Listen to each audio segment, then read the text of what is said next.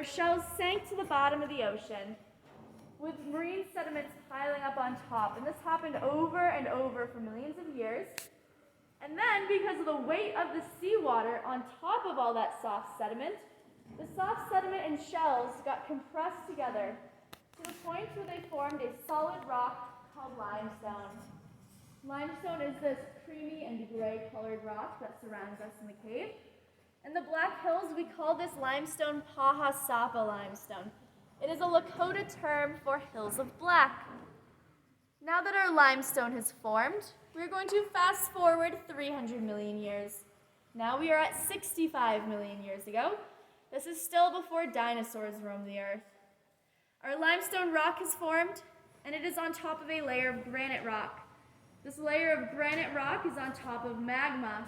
When that magma burst, the granite rock got pushed up towards the surface of the earth, where our limestone rock is sitting, and it protruded up through the limestone and it rose past the surface of the earth.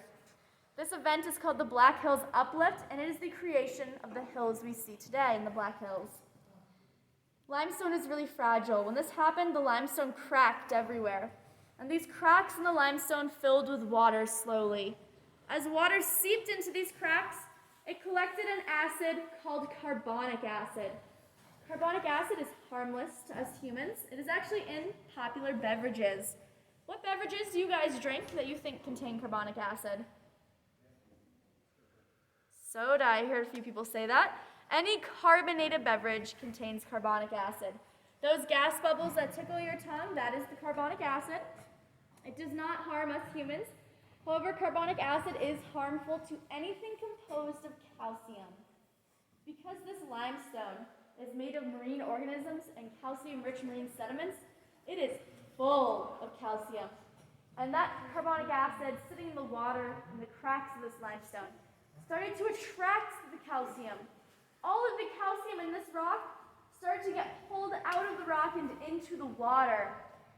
As the calcium got pulled out of the rock, it was dissolving the limestone, making these small cracks become wider and wider over time. Essentially, a big chemical reaction is what formed this cave. Over the course of millions of years, that chemical reaction formed the passageways of this cave that we find today. It got to the point where there was so much calcium filling the water could no longer hold any more calcium. And the calcium got pushed out of the water and onto the walls of the cave in the form of these crystals. The crystals down here are called nailhead spar. They are large and flat calcite crystal that form on the open walls of the limestone. Up here we have our dogtooth spar. This is a longer and pointier crystal, and it forms in the cracks and crevices of the cave. You can see this white color, that is the natural calcite color. But you can also see a reddish pink hue in the crystal. That is from iron oxide deposits that went on top of the crystals while they formed. So there's some iron stuck in the middle of these crystals. We get the yellow color down here from a mineral called manganese. When it is in a really thin layer, it looks like brown or yellow. But when the manganese lays on the crystals in a really thick layer, that's where we get this black color from over here. In fact, about 90% of the crystals in this cave are not white and shiny. They're actually this dull, dusty black color. If you look down, you can see this large, bumpy-looking wall. All of those bumps are crystals. They are just completely coated in that manganese mineral. And that's why it looks dull and dark and dusty. If you take a look down the passageway on the other side of this platform, you're going to see a white bumpy wall and a gray bumpy wall. Those two are all crystals. We get the white color from calcium deposits that never crystallized, and the gray is that manganese and calcium mixing together, so it doesn't look quite as dark black. That is a wall of crystals, floor to ceiling, about 100 feet tall. You might be wondering, well, Ranger Taylor, you said the Michelle brothers were greeted with floor-to-ceiling walls of crystal in the cave. Why the heck are we standing in this room of all limestone? The last phase of cave formation is called the breakdown phase. At one point in time, entirely full of water. That water was holding up over 40% of the weight of the crystals in limestone. And when the water receded, we don't know when that was, how it happened, or where the water went. We just know there's no more water here. All of the crystals in limestone that was too heavy to be supported collapsed.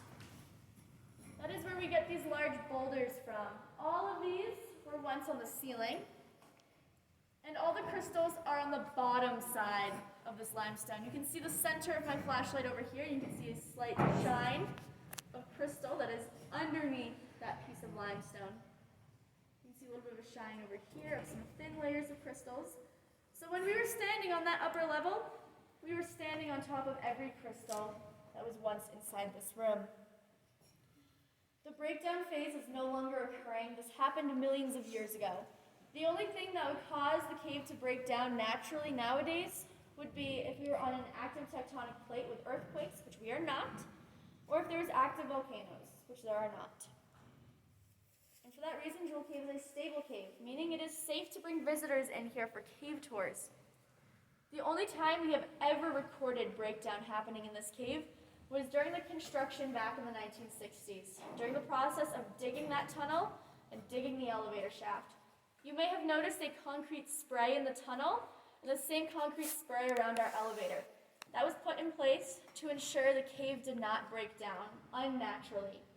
They started to record cracks forming in the limestone during the digging process, and they did not want any limestone to fall apart unnaturally. Does anyone have any questions about the cave formation and geology of the cave? Now that I have gone through the entire cave formation, the tour is now complete. If you don't have any questions, now is a great time to take photos on this level. What were the two kinds of crystals over here? Yeah, so the flat one, where we see this flat wall, that is the nailhead spar. Nailhead. And the crystals that you see in the crevice that are pointier and longer, that is dogtooth. Dogtooth and nailhead, all right. How far down does this go? Oh, I know where we are right now. We're about like 100 feet. And I think that goes down to almost 300 feet. Are we allowed to go down either of these sets of stairs? No, we are not. So it is not safe enough to bring visitors deeper into the cave than where we are right now without Okay. the use of our elevator. Okay.